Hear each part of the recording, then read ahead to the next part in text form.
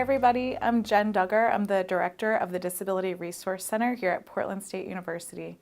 Thanks so much for joining us. This is the introduction to the DRC and to your responsibilities as faculty and TAs.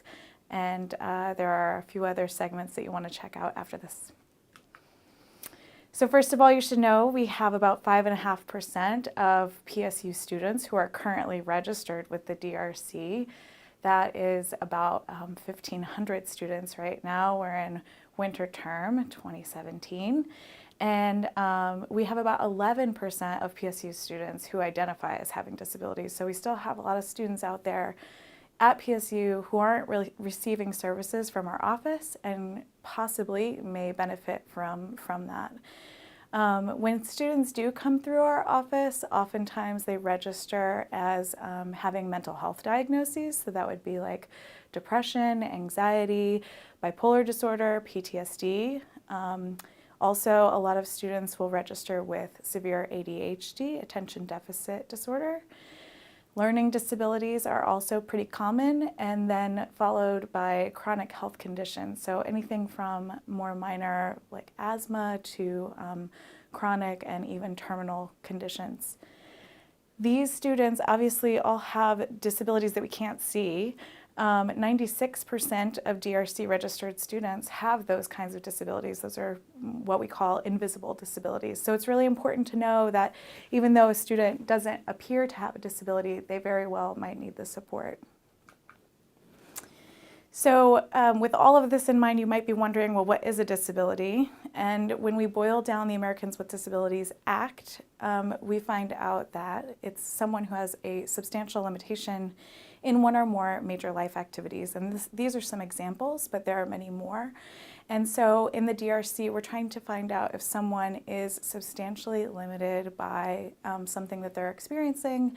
And then from there, we come up with what we call reasonable accommodations.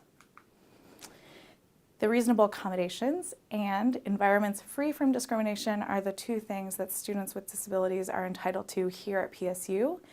If you as a faculty member or an employee of the university have a disability or you feel like you're experiencing substantial limitations, you would go through human resources. And reasonable accommodations, to give you a sense of what that might look like, we're talking about classroom accommodations, we're talking about testing accommodations. We're in the housing units, we try to make study abroad opportunities accessible, as well as internships and fellowships. And so really we're doing whatever we can, making whatever modifications we can so that the students are successful, but also so that they're completing the essential learning outcomes of the course or the program. We're not eliminating anything that's seen as essential. We're just changing the way in which they get to that outcome so that they can be successful. And so there are a couple of things that accommodations cannot be. They cannot keep the student from demonstrating that they are learning or that they have learned what other students are expected to learn. So we can't eliminate questions from exams, and we can't keep students from having to turn in papers if that's what everyone else has to do. And they also can't be retroactive. So accommodations that students request around finals time can't be applied to anything that happened at the beginning of the term. So it's really important that you refer students right away and that students come to our office to find out what they're eligible for sooner rather than later. These are some common accommodations you might be seeing on your accommodation letters.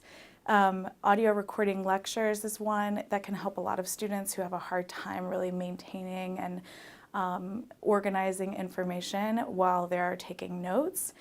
PowerPoints and overheads also can give a student a sense of what's coming in the lecture so that they can best budget their time and their energy during the class. And then testing accommodations are really appropriate for almost every student for lots of different reasons. So you're probably pretty used to seeing that accommodation on letters. And flexibility in attendance is also a pretty common one. So this one only gets students out of the attendance requirement if there is one for your class, but it doesn't keep them from having to demonstrate that they're learning or that they're participating like their classmates. So this is just a quick introduction and overview to our office. There are other segments, and also please feel free to call us if you have any questions. Thanks.